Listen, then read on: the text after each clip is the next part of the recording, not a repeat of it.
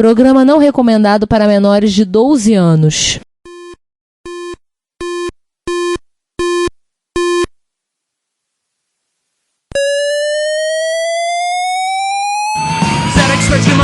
Dragon Vic and Oric 1, Commodore 64, Amsterdam and Acorn Electron, cheaper BBC Micro.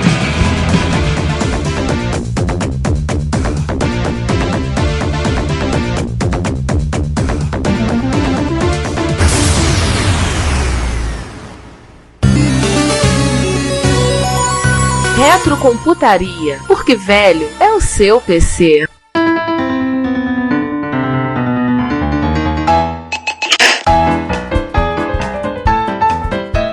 E aí, voltando, o que o Hank Rogers fez? Bom, vamos lá falar com a Atari. Opa, um negócio desse eu quero. Tô dentro, vamos lá, né? Eu vi aqui a mão da Nintendo. Porta na cara. Porta na cara, né?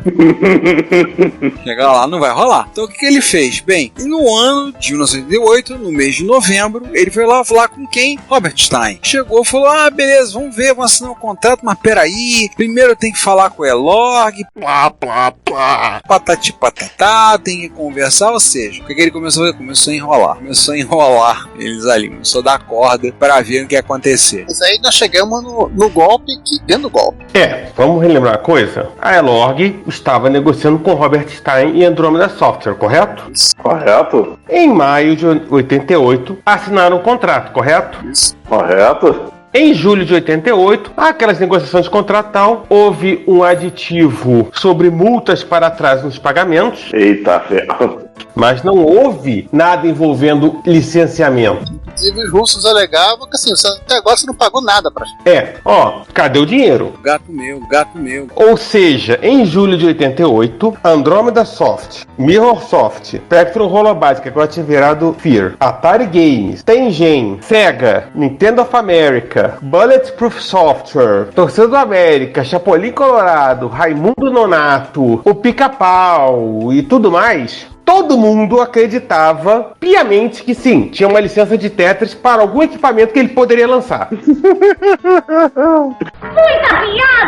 Meu Deus, eu fiquei imaginando a seguinte cena: bastãozinho de madeira em pé e em cima dele uma grande quantidade de bastões de madeira pendurados e entremeados em cima. Ou seja, é só derrubar o primeiro para cair tudo. A gente está acostumado aos contratos e compromissos, etc., existirem e o software em si ser vaporware, que é o contrário. O software existe e os contratos são vaporware. Sim. É tudo o contrário, né? Na Rússia Soviética, contrato assina você, né? Exatamente. E aí, Robert Stein foi lá, mais o contrato, mais reunião com a Elorg pra ver se acontece alguma coisa. Só que Robert Stein estava negociando com uma galera PhD aí em picaretagem, né? Não que a Microsoft fosse uma empresa picareta, mas o dono da Microsoft era um picaretaço. E aí alguém chegou à conclusão, peraí, se o cara tá negociando em nome da gente com a Elorg, por que a gente não vai na Elorg? Que é ali? Logo ali. Pega um avião, vai na Rússia, vai na União Soviética, negocia com os caras. Praça de Moscou, sem número. Praça Vermelha, em frente ao Kremlin. Exatamente. Praça Vermelha, sem número, em frente ao Kremlin, Moscou. Facinho. Pergunta pro Boris. Na época não era o Gorbachev? Esse período já era o Gorbachev. O Boris foi depois. Peraí que a coisa não acabou ainda. Nesse meio tempo, né, logo teve uma mudança e Eugene Nikolaevich Belikov passou a ser o encarregado do Tetris, né? Tinham duas solicitações de agenda e ele marcou as duas para 22 de fevereiro de 89. As duas simultâneas no mesmo dia? Ele marcou de propósito. Conversar com esses ingleses malucos. Vai dar merda, vai. Esse inglês e esse holandês voador aí. São só os ingleses. Estamos falando do Robert Stein. Estamos falando no caso do Andromeda Software do Microsoft. Sim. E do Kevin Max. O Robert Max falou, ô moleque, vai lá falar. E aí o Hank Rogers pensou, cara, peraí, se eu posso pegar um avião até Moscou, conversar com alguém da Elorg e voltar com o direito do teste dos Estados Unidos, por que eu não faço isso? Pois é. Ele fez um plano, olha, que nem o Coyote, né? Ir pra Moscou, conversar com a Elog e voltar com o Papa Légua. E sim, ele chegou na União Soviética em 22 de fevereiro de 89, chegou na porta da Elorg muito antes dos ingleses, para conversar com o Evgeny Belikov. Os três chegaram juntos, ele só não tinha agenda do Belikov. E óbvio, o nosso ouvinte que já entrou em qualquer prédio público do mundo sabe que não entra de qualquer jeito. Não é qualquer um que entra, não é bate na porta e vai entrando, não. Ainda mais na União Soviética. Tenta entrar numa empresa sem... não, eu quero passear aí hoje. Você não vai conseguir. Não. E óbvio que o Hank Rogers não ia conseguir. Mas, obviamente, ele fez aquilo que o ser humano normal faz, que é o quê? Criar um barraco.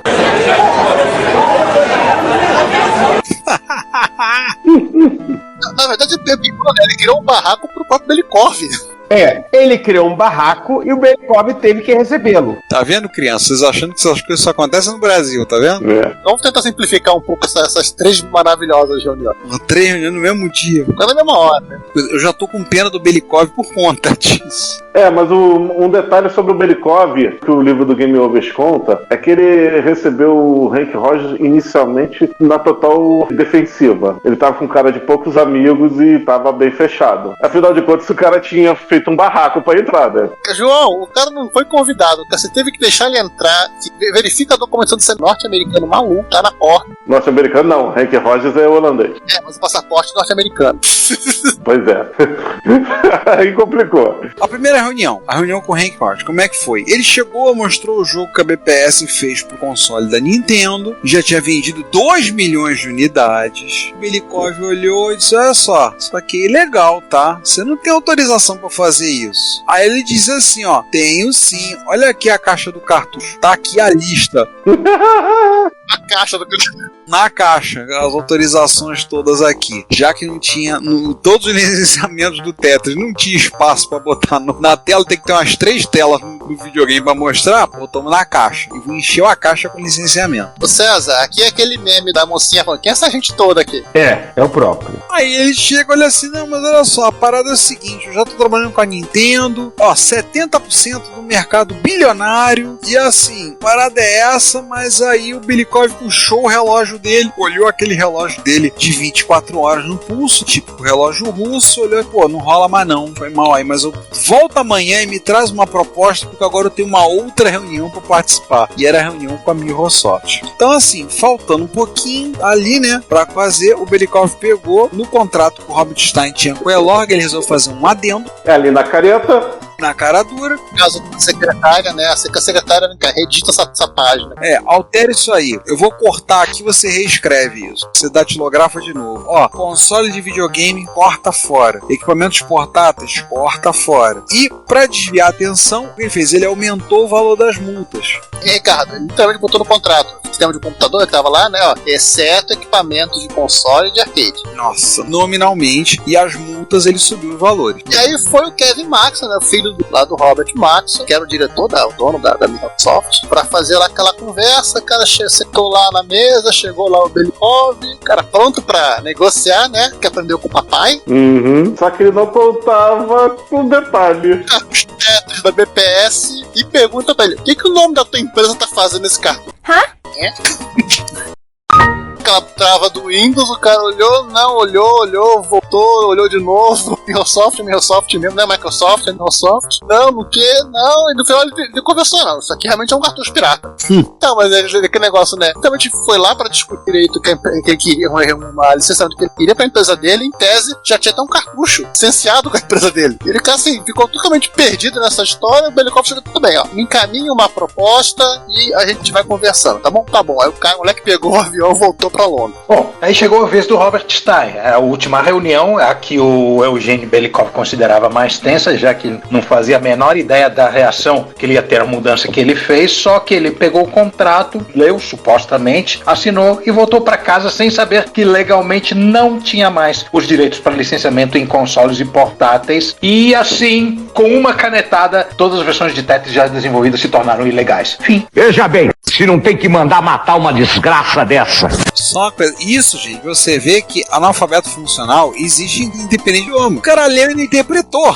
Isso é o seguinte, Picareta, ele conta que o otário é o outro. Chapéu de otário é marreta, né? Ele nunca deu conta, porque assim, o Belikov, ele até fala numa situação, né, que assim, ele percebeu que todos esses três malucos que foram falar com ele, o Hank era o que parecia mais honesto e mais que sabia o que estava fazendo. E assim, poxa, se eu quero trabalho pra licença próxima, então assim, eu vou licenciar pra aquela que tá me oferecendo a maior quantia. Claro. Minha função é essa. E como o Hank Rogers mandou esses 2 milhões de cópias vendidas? Cara, 1 milhão, 2 milhões de cartão, milionário. O Belikov nem sabia direito que era Nintendo, mas falou em cifra, né? Exatamente.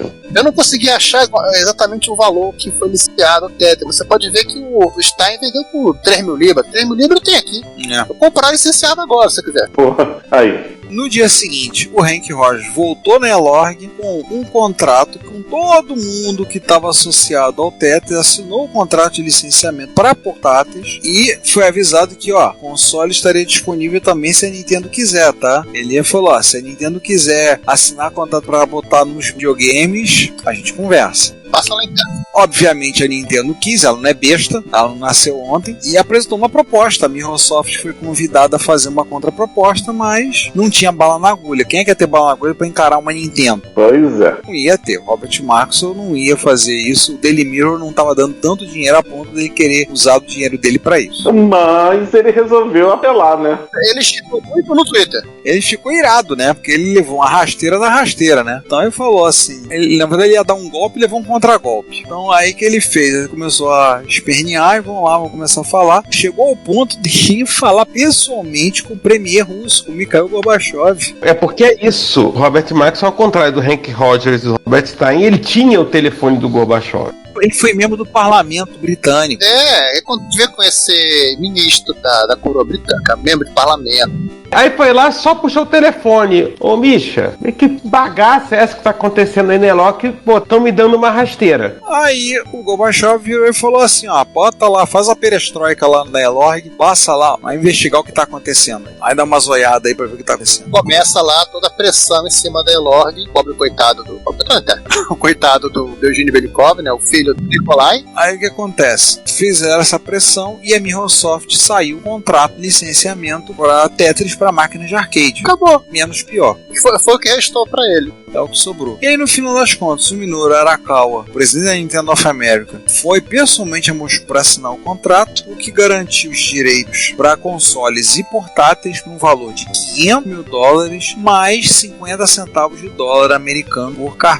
Só a versão do Game Boy vendeu 25 milhões de unidades. Esse era o cartucho que vinha encartado do Game Boy original, né? Sim. Países. No Japão, não. No Japão, não. Mas nos Estados Unidos, sim. No imaginário coletivo americano, Tetris significa Game Boy e quase vice-versa, né? Aqui no Brasil é Brick Game, mas lá é Game Boy, exatamente. Muitos tempos atrás eu tava no ônibus jogando Tetris no Game Boy, na época da moda do Brick Game no Brasil, né? O garotinho chegou pra mim e perguntou, quantos jogos tem nesse aí? Só tem um. E só um detalhe. Novamente o livro diverge um pouco. O Arakawa foi sim, mas ele foi acompanhado do Howard Lincoln. É claro, tu não vai comprar nada. Que ele tinha redigido o contrato. João, eu botei o Arakawa que foi o cara que assinou. Óbvio que o advogado vai junto. Não, aí que tá. Nessa época, o Howard Lincoln também era vice-presidente da Nintendo, então ele assinou o contrato também. João, os caras deram uma mega ultra super pernada na tarde. Acho que os dois não iam aproveitar lá, tirar foto, fazer selfie, tirando. Sim, eles comemoraram bebendo vodka lá do bar. Então, postando no Instagram lá, fazendo dancinha, assinando o contrato. Fazendo dancinha pro TikTok. Chupa Nintendo. Mas foi por aí mesmo. Guardado as devidas proporções tecnológicas. Foi, né? Só fazendo assim.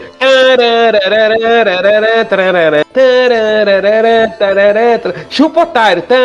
Deve ter sido nesse nível. Na época não existia TikTok, mas já tinha dancinha russa. Foi nesse esquema mesmo. O Game Boy foi lançado no início de 1989, primeiro no Japão, depois nos Estados Unidos. Tetris vinha com cartucho. Era um console desejável pra caramba por ser o primeiro portátil comercial, com o game mais hot da década.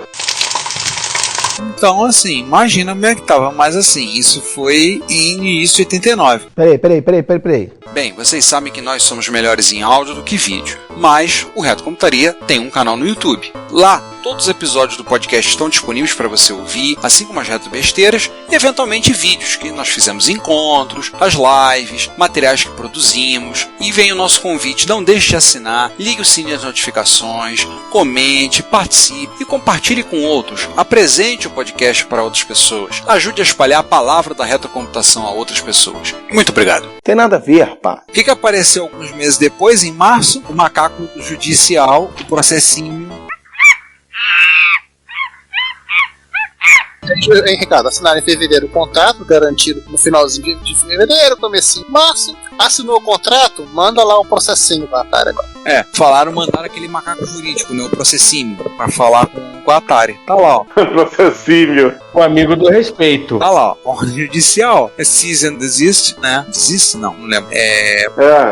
Cease and desist. É cease and desist mesmo? Cessar e desistir, isso mesmo. Em bom português é para com isso.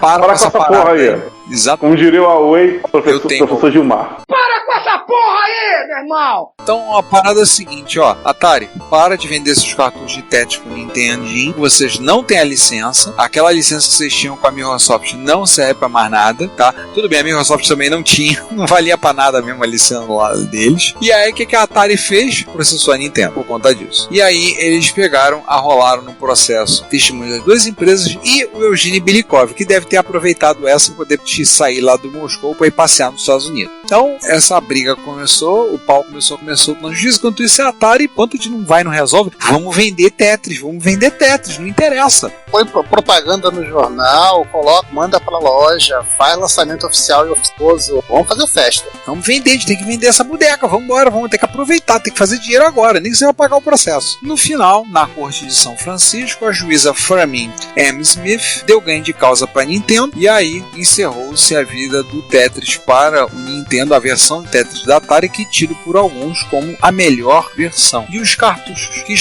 não estavam na mão de usuários, estavam para ser vendidos da Tengen, cerca de 500 mil cartuchos foram para o triturador. Agora, uma observação engraçada. Quanto que eles devem ter vendidos, que apesar de 500 mil ter ido pro triturador, o Tetris não é um jogo raro no NES. Ou seja, quantos Tetris eles venderam antes desses 500 mil serem destruídos? Milhões. Cara, faz promoção.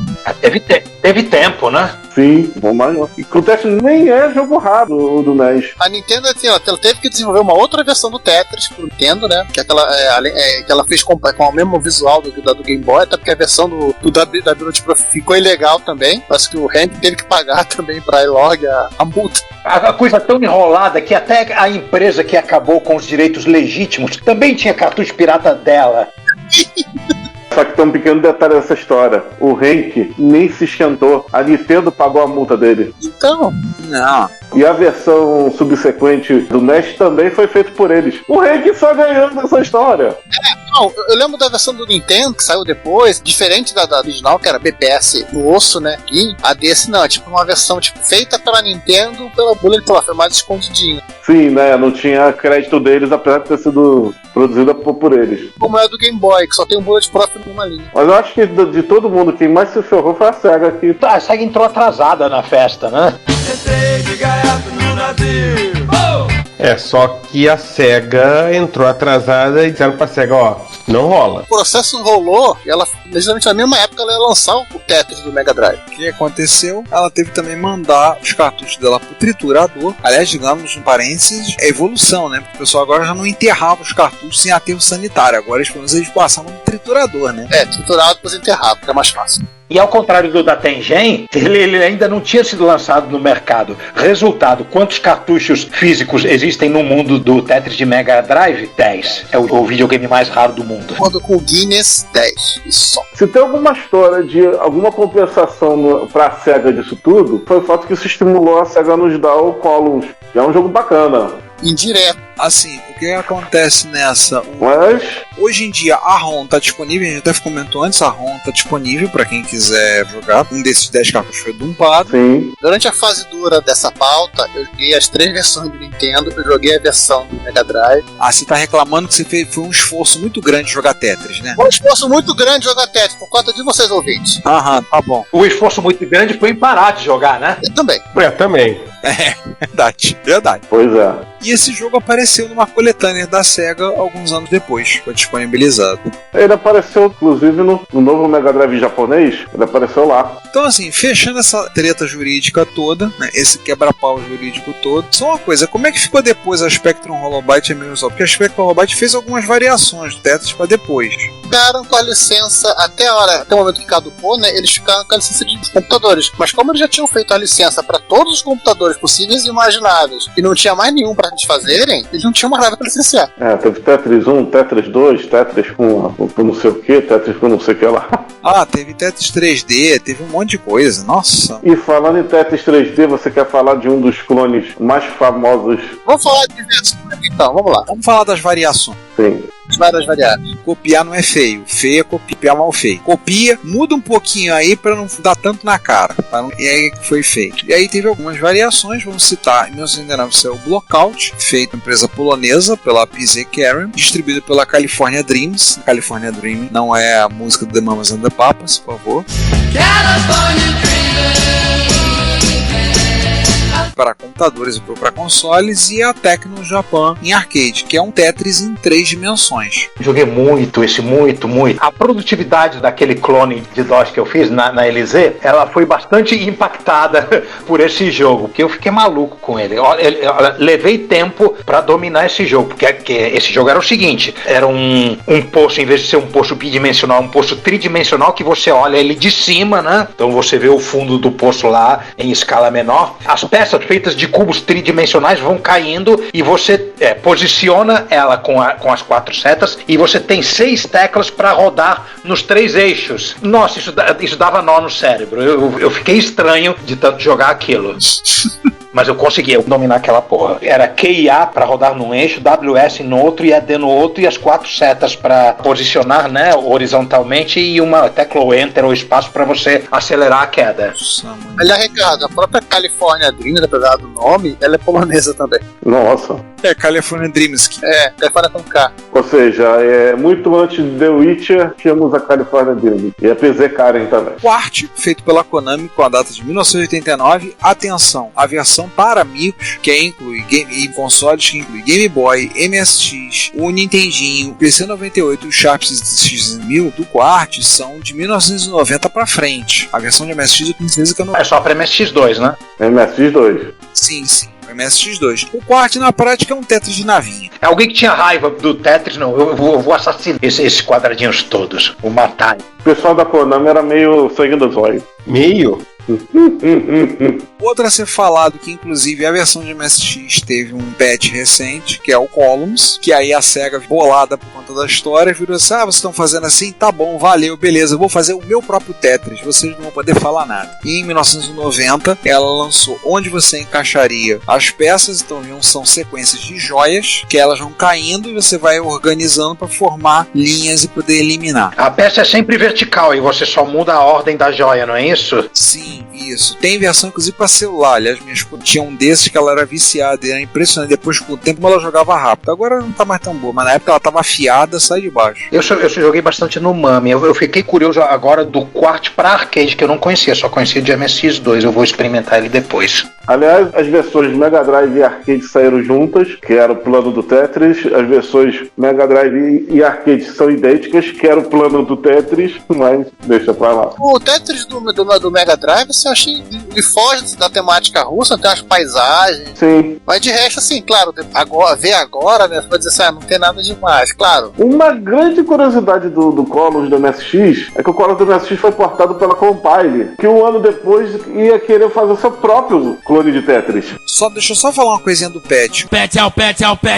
O Fábio, né, o Fábio Ricardo Schmidlin, fez um patch para o Columns da SEGA do MSX, que ele mexe nas telas, dá algumas melhorias, que acerta alguns probleminhas no jogo. Então o patch está disponível no site do Fábio, para quem quiser patear a sua versão Columns está disponível. Mas tem a versão que o João estava citando, que é mais legal ainda, que é o Puyo Puyo, que é da própria Compile de 1991. Sendo o principal, o mais curioso a respeito do Column, né? Saiu pra Super Nintendo. Sim, foi um dos raríssimos jogos da SEGA que saiu pro Super Nintendo. O outro, por isso, parece pra Puyo Puyo. Apesar de essa relação do Puyo Puyo com a SEGA, ela não ter começado na SEGA, do tipo, vamos lá, vamos falar agora do Puyo Puyo e dessa relação que ele tem com a SEGA. Puyo Puyo é um jogo da Compile, 1991. Pasmem, lançado primeiramente para MSX, depois pro Famicom e depois para outras plataformas só em 92, incluindo a do arcade. A do arcade passou em 92. Todas as outras plataformas são de 92. Só do NES e do Famicom são de 91. Do NES, eu falei 2 vezes NES. Do MSX e do NES, no caso Famicom. Pra quem não sabe, Puyo Puyo é um spin-off do Madoka Monogatari, um RPG que quase ninguém lembra da Compile. Um Columns com gosminhas. Isso. São legais os joguinhos. Teve 300 milhões de versões, e quando a Compile faliu, já que a Compile sempre fez o Puyo Puyo em arcade em hardware da SEGA, a SEGA comprou a franquia e hoje em dia ela pertence à SEGA. E lembrando de uma coisa, ironia das ironias, o último lançamento de Puyo Puyo foi Puyo Puyo Tetris. Era isso que eu ia falar. O último lançamento é Puyo Puyo fazendo crossover com sua maior inspiração, que é o Tetris. E antes que vocês parem por aí, a Compile também lançou um jogo na época, também para MSX e NES, chamado Gorb no Pipeline da Isaku Sen. Ela também seguiu a modinha de fazer coisa russa. É um pouquinho mais diferente, porque é cruzamento de Tetris com Pipe Dream dos PCs. Pois é. Que a picaretagem não para, né? Ele é bem diferente, mas é um jogo legal. Pipe Dream é outro jogo pra fazer o teu cérebro sobreaquecer, né? Agora imagina o Gorb no Pipeline, né? Esse ele junta as duas coisas. Você não faz linha, você faz o líquido indo do lado para outro da tela. Com as peças caindo. As peças caindo e se girando. Ou seja, torra tua mente esse Gorb no Pipeline. Explicando a dor. Ele era extremamente mais difícil do que o Puyo Puyo. Que o Puyo Puyo, ele é um Tetris, mas ele é um Tetris que, como ele tem muito mais variáveis e velocidade alta, esse ponto também o Columns também é assim, só que ele tem menos variáveis, até que o Tetris, ele também torra tua mente. Então imagina o Gorb no Pipeline. Nossa. E voltando para Spectrum-Byte, tem Words, né? Words. Esse eu lembro de nome, mas eu não lembro como é que era. Literalmente é um Tetris de palavra. Como disse o César, a picaretagem nunca acaba. É uma palavra cruzada, né? E o Ratris? Oi? E o Ratris? Esse eu não conheço. Que é Tetris com... Chapéus, cores de chapéus. Ele é meio que nem o Columns, né? Ou é meio que nem o Puyo Puyo. Isso, ele tá mais com Columns. Nossa, aí já começa aquela grande... Eu achava o jogo meio feinho. A diferença é que quando você junta vários chapéus de estilo igual, eles tipo encaixam um no outro e vários ocupam menos do que o espaço de uma célula. Se é que a minha memória está correta. Tem essa variante. Mas isso aí é aquela grande, gigantesca e colossal categoria que o mobile game chama de Falling Block Puzzle. Não tem fim, cara. Eu fiquei pensando, quais os que eu mais gosto dessa categoria? Não, tem uns 30, e esses 30 são... O primeiro que me veio à cabeça, inclusive é até fora do nosso ponto de corte, mas é para Neo Geo, que Neo Geo está dentro do nosso ponto de corte, então não sei se vale a pena eu falar dele ou não. Só por fazer uma referência, essa categoria Falling Block Puzzle no Mob Games tem 244 referências. Vamos lá, fala do jogo do Neo Geo que eu vou falar um da Capcom pra gente encerrar. O que eu gosto do Neo Geo se chama Money Puzzle Exchange, e o grid de pecinhas coloridas vai caindo e elas são moedas. Você tem que puxar as moedas para baixo e jogar elas de volta para elas se condensarem numa moeda maior. 5 moedas de 1 viram uma de 5, 2 de 5 viram uma de 10, 5 de 10 viram uma de 50, etc. E aí você vai reduzindo e fazendo com que a descida da massa de moedas não chegue na última linha, que aí você perde. É que nem a condição de perda do Tetris, só que virado de cabeça para baixo, com você tendo que fazer conta. E, cara, torrar o cérebro muito esse. E ele é todo com aquela temática toda com bichinhos fofinhos japoneses. Eles gostam de enganar, eles botam aqueles jogos com aquelas temáticas todas infantis. Você vai jogar o jogo, é difícil pra caceta. Sim. Pesadelo de jogar aquele negócio. O japonês adora fazer isso. Adora. Money Puzzle Exchanger.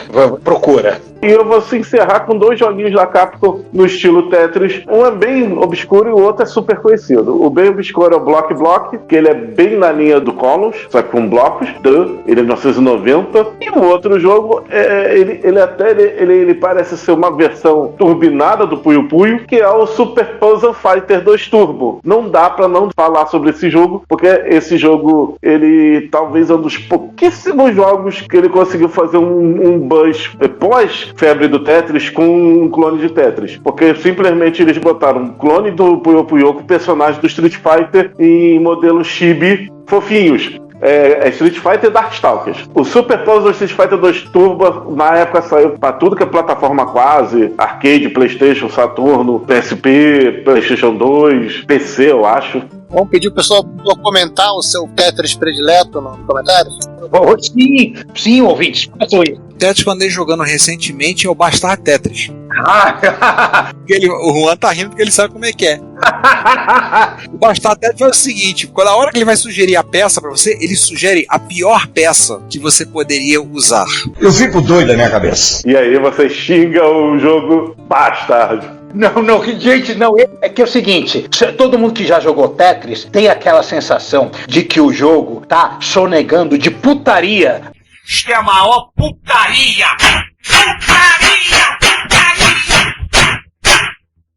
A única peça que você precisa para não se ferrar no jogo. Não é impressão, é certeza.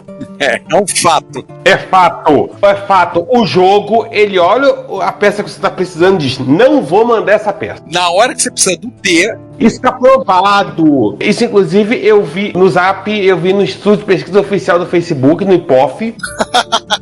Eu sou louco? Não, eu sou louco. Eu tô louco? Não, eu não tô louco. Provando que o jogo, ele analisa o jogo e diz: não, ele não manda a peça que você precisa, só manda a peça absolutamente. Está no Zap, tá no IPOF. Mas isso é a impressão que jogadores normais têm de Tetris normais. Aí chegou um monstro, um inumano, um filho do capeta. Ele resolveu, de verdade, deliberadamente, implementar um algoritmo que vê a situação atual do grid, chega à conclusão de qual é a pior peça para você e joga essa peça. É o Bastar Tetris. E você mal consegue fazer 2 linhas naquele jogo. Deixa eu falar uma errata aqui, rapidão. Eu confundi com um jogo que agora não tô lembrando o nome. O Block Block é clone de Arkanoid, mas tem um jogo tipo Tetris, só que agora não tô lembrando o nome. Então, por enquanto, fica só com a recomendação do Super Puzzle Fighter 2 Turbo, que já é fantástico. A Lazy Web responderá a ele. Se alguém souber qual é o nome do clone de Tetris da Capcom de 89/1990, antes do Super Puzzle Fighter, o nome me avisa, porque eu esqueci o nome. Isso, mente coletiva, nos ajude. Isso, Block Block é clone de Arkanoid. É bacana, é legal, mas é outra história. Consciência Borg, faça seu trabalho. Isso aí. Assim, além do Bastar Tetris, não joguei tanto Tetris de MSX2 não, mas joguei muito mais o da Microsoft. O da Microsoft eu acho que foi junto com o do arcade lá da Tengen, os Tetris de entrada pra gente, né? Eu joguei o da Tengen no arcade, eu lembro que tinha um arcade na... North Shop tinha, mais de uma máquina inclusive. Eu joguei num arcade que ficava no centro do Rio, perto da Cinelândia. E também tinha lá. Tinha lá um Tetris, e às vezes eu tava passando por lá, por qualquer motivo, eu parava e ia lá jogar uma ficha. O da Atari. O do cossaquinho dançante. Cossaco dançando no canto. Isso. O da Sega nunca saiu do Japão. Eu ia lá, gastava uma ficha ou 2, tava de passagem, vou lá jogar um pouco de Tetris. Ia lá jogar.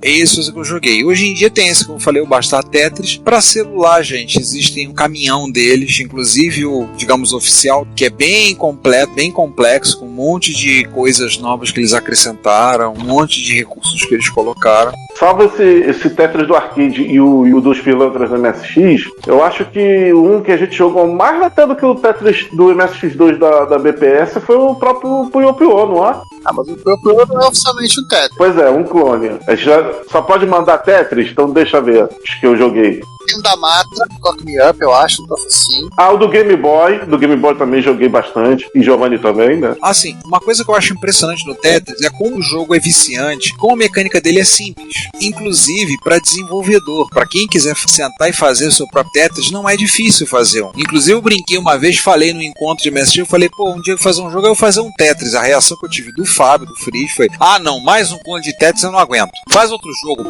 O problema é fazer um bom. Pois é. Tem um do Super Nintendo, que não é o Dr. Mario, ele era bonito. Ah, Tetris Attack. Outro que eu joguei bastante é o Tetris Attack.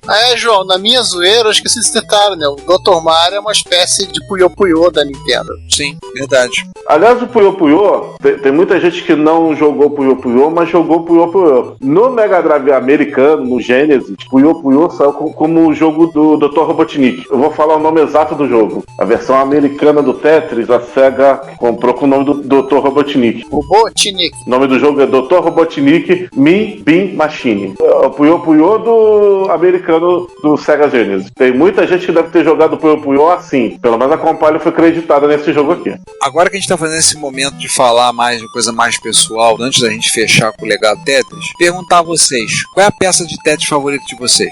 O Agente 9 deu uma entrevista há um tempo atrás, a gente até notificou no site, no Reptaria, ele falando, a peça no favorito dele era o L. A minha eu já adianto, é o T. Vocês têm uma peça favorita? Pô, cara, agora eu fiquei em dúvida entre o L e o T, cara. Não, é comprida, a vermelha. É a que você sempre precisa para salvar a sua vida e é a que nunca vem. É sempre a 4 em fila. Olha a estatística, é a peça que mais vem no Power Tetris. Essa tela aqui que tu passou?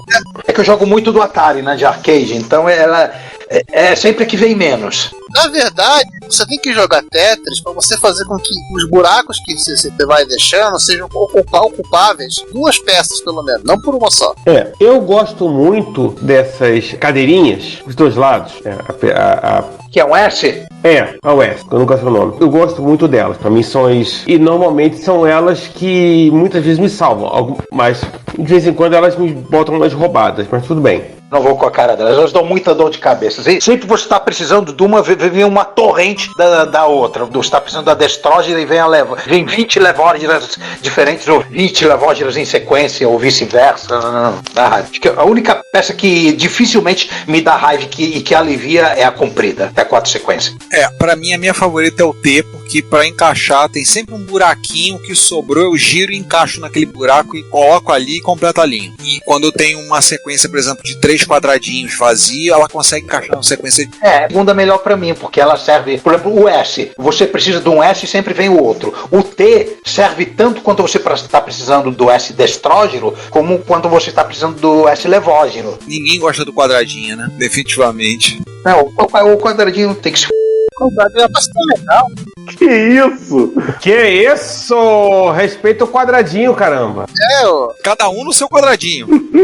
Como a gente tá falando um monte de Tetris, mas alguém quer citar algum? A gente pode falar da Wikipedia. Agora eu queria só dizer um negócio pra você. O Retrocomputaria é um podcast gratuito, ou seja, você gasta nada para ouvir nossos episódios, visitar nosso site, visitar nosso canal no YouTube, comentar, opinar, mas nós temos custos, nós investimos tempo, principalmente dinheiro nosso, para oferecer a você o melhor conteúdo que pudermos proporcionar. O site continua sem anúncios, não queremos poluí-lo com propagandas e até aqui estamos conseguindo manter nossa meta. Então nós temos algumas maneiras que vocês podem nos ajudar no sustento do nosso trabalho. Primeiro, você pode nos fazer uma doação pagando um café. Na lateral direita do site tem um banner que, se você clicar nele, verá as opções que nós temos. Você pode fazer doação via PagSeguro, Mercado Pago, PayPal, além do nosso Pix. Se você quiser nos enviar o equivalente a uma garrafa térmica cheia de café, você receberá um brinde por nossa conta, a gente paga o frete. Você pode também comprar nossos itens que estão à venda no Mercado Livre, no OLX ou no Shopee. Basta clicar na opção loja no menu superior do site e você encontrará o link para adquirir camisa, cordão de crachá, cordão de pendrive e também o baralho de micros e videogames clássicos, que é resultado da nossa primeira campanha de financiamento coletivo. Você também pode adquirir o meu livro, o MSX-DOS Revelado, em edição impressa ou digital. Nós temos links de afiliados, que está ali na lateral direita do site. É só você escolher uma loja, fazer a sua compra e nós vamos ganhar uma pequena comissão sobre a sua compra. Se você quiser, você pode também participar das nossas campanhas de financiamento coletivo, do qual o baralho foi o primeiro e graças a vocês foi bem sucedida. Por último, aceitamos doações de hardware de micros clássicos. Entre em contato conosco, pois sempre temos interesse em micros clássicos que precisam de carinho e amor para dar alegria para muita gente. Todas as doações feitas por vocês, o lucro obtido nas vendas, os programas de afiliados, são revertidos para a manutenção da estrutura que temos. Desde já,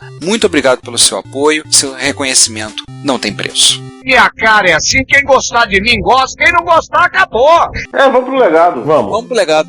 Vamos deixar a lista das variantes de Tetris, tanto a amarela quanto a verde. Porque falar de clone de Tetris aqui é convite de querer passar horas aqui no... Então você clica nesse link enquanto a autoridade de variância temporal não vai lá pra fazer prune nele, né? Então vamos lá. E os russos? Os dois russos, no caso, o Alexei Pajitnov, depois de toda essa treta, dessa confusão de processo, pra cá, pra lá, ele voltou pro Instituto de Ciência de Moscou, o Eugênio Belikov voltou lá pra Elorg, ele parou de receber aquela pressão de todos os lados possíveis. Mas os dois foram tocar sua vida, quase nota de rodapé da história, né? Em 91, precisa até citar rapidamente, pescadores espanhóis encontraram o corpo do Robert Marx atuando no Atlântico, tipo a 15 milhas do iate dele, né? Ele se matou. Pelo que eu li, ele tinha uma reunião marcada no banco, ele pegou o iate e foi embora, não faltou a reunião, deixou lá o Kevin dito. Esse suicídio desencadeou todo o colapso do grupo, que estava cheio de dívida, inclusive por conta da denúncia de que ele estava literalmente pegando o dinheiro do fundo de pensão, centenas de milhões de libras das empresas do grupo, para ele. Eita, ferro. Assim, foi treta ferrada, pesada. No mesmo ano de 91, com a ajuda do Hank Roger, o Alexei Pajitnov e o Vladimir, eles emigraram, respectiva família, claro, para os Estados Unidos. Lá eles, em sociedade com o próprio Hank, criaram a Animatec. A Animatec, alguns vão lembrar dela por conta do simulador de aquário Elfish. Esmerilhavam o cinema. Ah, claro. Eu lembro vagamente do Elfish. É aquele papel de parede que ficava... Não é. O Elfish era um jogo. Era jogo? Pescava peixes, você fazia cruzamento, você ficava 20 minutos renderizando os peixinhos depois que você cruzava um com o outro, porque ele tinha fator genético que ele filava para criar peixes. Desgrila. Era um sim peixe, né? Era um sim peixe. Era um sim peixe. Mas sim, mas tem referência que essa empresa já existia em Moscou. Ela chegou inclusive a ter escritório em Moscou e São Francisco. Animatec. Mas não tem muita informação sobre ela. A própria listagem da Mobile Games eu acho que tá meio bugada. Em 2000, assim, estava enfrentando dificuldades financeiras, o Vladimir como foi pronunciado isso aqui? Pokilko. O Pokilko, ele assassinou o filho, assassinou a esposa e depois ele se matou. Caraca, ou seja, a história de Tetris teve coisas trágicas no meio. Pesado. E aí, em 1996, quando os direitos do Tetris retornaram a ele, o Pajitnov criou uma empresa, a Tetris LLC, e em conjunto com a Elog, que agora era uma empresa privada, né, tinha sido privatizada no processo de fim da União Soviética, né, e eles fundaram a The Tetris Company de cuidar do licenciamento Tetris ao redor do... No começo do ano 2000, a parte da Elog foi comprada pela empresa Blue Planet, software de quem? Um tal de Hank Rogers. A Bulletproof mudou para Blue Planet. Não, a Bulletproof ela fechou, né, ela encerrou a atividade, porque o Hank ficou de saco cheio de fazer jogo. Ele criou uma outra empresa. A Blue Planet é uma empresa de tecnologia ecológica, tipo energia solar, tem nada a ver com a desenvolvimento de jogos. Apesar de ter o software. Mas ele é dono da Tetris Company, ou seja, não ficou totalmente fora do jogo. Ele é um dos sócios da Tetris Company, né? Não, e manteve a mesma sigla, né? VPS, né? É mais fácil. Daí passou o licenciamento, falar, mencionar o efeito Tetris, que é o fenômeno observado entre os jogadores após muito tempo de jogo, que ainda continuam visualizando peças e formas de encaixá-las. Totalmente verídico, o Ricardo tá aqui que não vai mentir o efeito Tetris dele. Não, esse efeito não é o único videogame para o qual esse efeito existe, né? Por exemplo, eu já fiquei visualizando navinhas atirando, já fiquei visualizando pontinhos sendo comidos, etc. Mas pro Tetris, esse efeito é tenso, é forte. Esse chamado de efeito Tetris está ligado somente ao pessoal que relata que matemáticos estão muito focados no trabalho e ficam vendo a equação numerinho passando na cara dele. Eu não duvidaria. Ou seja, aquele meme da Renata Sorra é real, só que não com a Renata Sorra, porque ela não é matemática. Isso. Né? Lembre-se que matemáticos são máquinas de transformar café em teorema. O Dardoso, provavelmente eu não sou matemático, eu não bebo café. O João citou porque acabou a experiência de jogar Tetris, ajudou bastante, inclusive, para como a gente falou, né? Mas lá no início do episódio, para fazer certas organizações e achar espaço onde não tem, normalmente. Sim. Kevin DDR, grande mestre do Tetris, aqueles que jogam um jogo que só tem na cabeça delas. O primeiro ocidental a bater os japoneses nas competições mundiais de Tetris. Caraca. Aí você tá perguntando, cara, ouvinte, sobre competição? Sim, no YouTube tem competição mundial de Tetris daqueles Battle Tetris. Acho que é Battle Tetris, né? Que é um contra o outro, conforme você vai fazendo, você coloca uma linha, você joga uma linha ali pro adversário. Exatamente. Aliás, falando nisso, mencionar que o Ricardo Bittencourt, né, o Rick Beat, fez pra MSX em Assembly um Tetris desses, pra jogar um contra o outro. Eu não lembro o nome. Eu lembro da vez que ele imprimiu o código-fonte de Assembly mnemônicos, dava uma folha A4 e colou na parede. Vai lembrar que vários clones de Tetris que a gente mencionou, como o próprio Puyo, Super Puzzle Fighter, Colors, tem elementos de Tetris Battle. Agora eu fico perguntando se o Tetris Battle surgiu antes ou se foram os clones que implementaram o Tetris que correu atrás. Eu tenho a sensação de que ele primeiro surgiu com clones para poder ter uma coisa diferente, depois o Tetris ele assimilou. Ele correu atrás. Em 1989, o pesquisador teve uma ideia, mas só foi implementado em 2003 pelo Colin Ferrer, que é a ideia de construir uma inteligência artificial que fosse capaz de jogar Tetris, porque aí a tecnologia teve maduro bastante para poder ser implementada. A ideia surgiu em um ano, mas só 14 anos depois. Então colocaram 2 computadores interligados, um rodando o jogo e o outro vendo a tela por uma webcam e movendo as peças. Aliás, esse link aqui, que parece que é uma versão mais tinha da tese dele, não sei. Isso vale a pena, porque literalmente ele conta a história do Tetris, ele explica como o Tetris funciona, ele mostra implementações tipo Tetris prédio. Tem até uma foto do Steve Wozniak jogando Tetris no prédio. Aliás, tem aquela história do Blinking Lights, né, em Berlim. Também, né?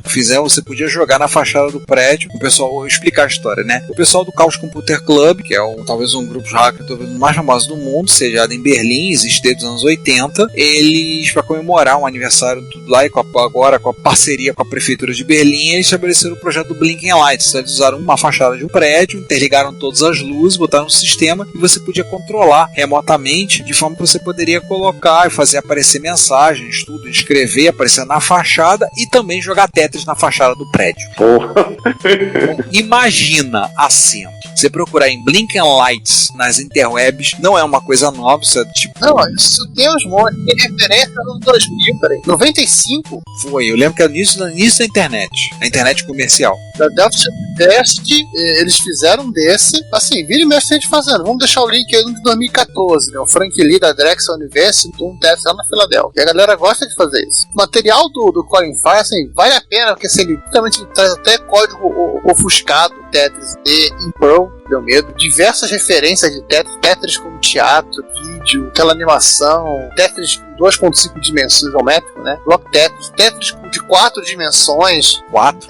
Tetris N-dimensional. O cara explica o tabuleiro padrão, literalmente assim, tudo que você gostaria de saber sobre Tetris, e nós não falamos aqui, e você ficou com vergonha, tá nesse link. Inclusive você vai falando de tudo a respeito, tem gráfico, toda a explicação de como ele implementou a IA e como ele adaptou a webcam, porque assim, literalmente ele fez 2 computadores, né? Um computador ficava olhando pra tela do outro e movimentando as peças via porta serial. Tipo, tem tanto material que eu comecei a ler, eu tive que parar, senão não fazia pauta.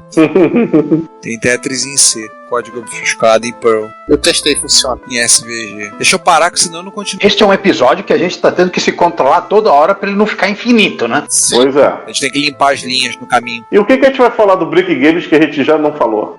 Vamos falar rapidinho aqui, né? Que foi a nossa visão do Tetris, como o Tetris foi popularizado no Brasil. Os Brick Games, eles não seguem 100% as regras Tetris. Sim. De pontuação. Algumas versões, inclusive o jogo de quase Space Invader, jogo de cobrinha, usando as pecinhas do Tetris. Sim, eu lembro. E o principal, assim, não vamos falar de pixels, tá?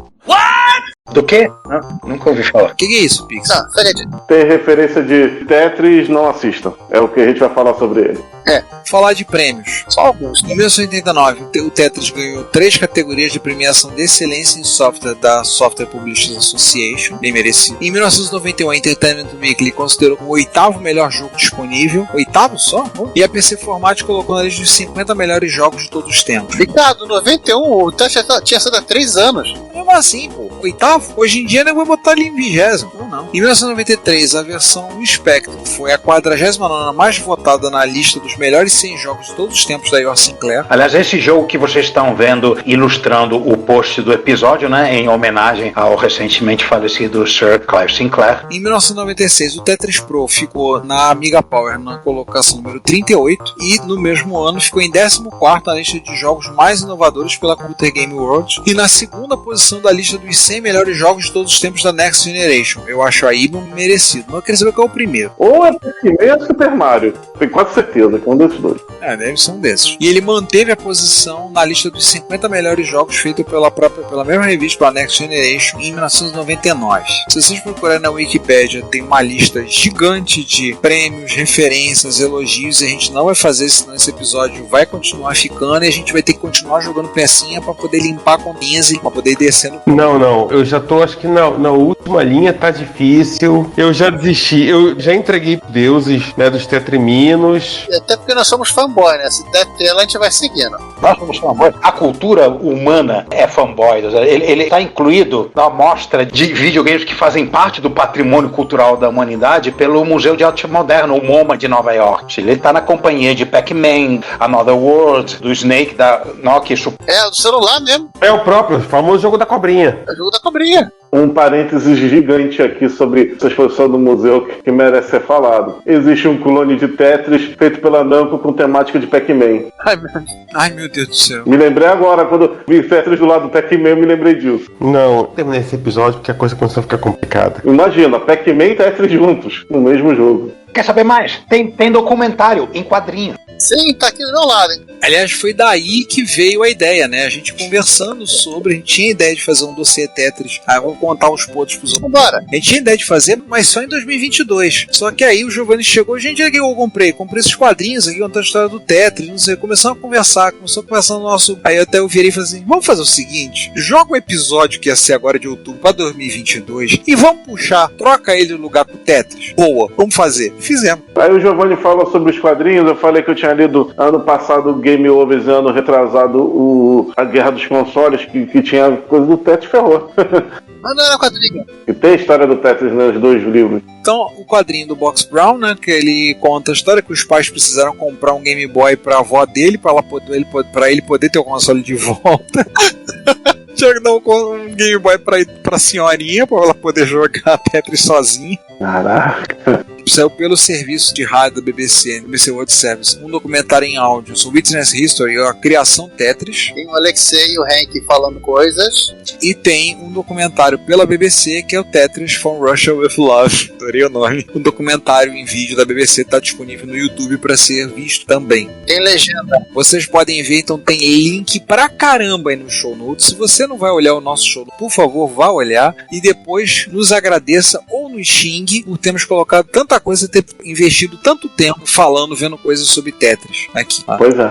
Eu já tô querendo lá olhar. E olha, eu vou falar uma coisa aqui, você é meio polêmico aqui. Tá pegando fogo o programa hoje, Rogerinho. Eu acho que vai ser, minha opinião, que vai ser um dos programas com o maior número de comentários aqui no canal. O que vocês acham? Isso, os comentáriozinhos caindo, a gente tendo que encaixar pra falar.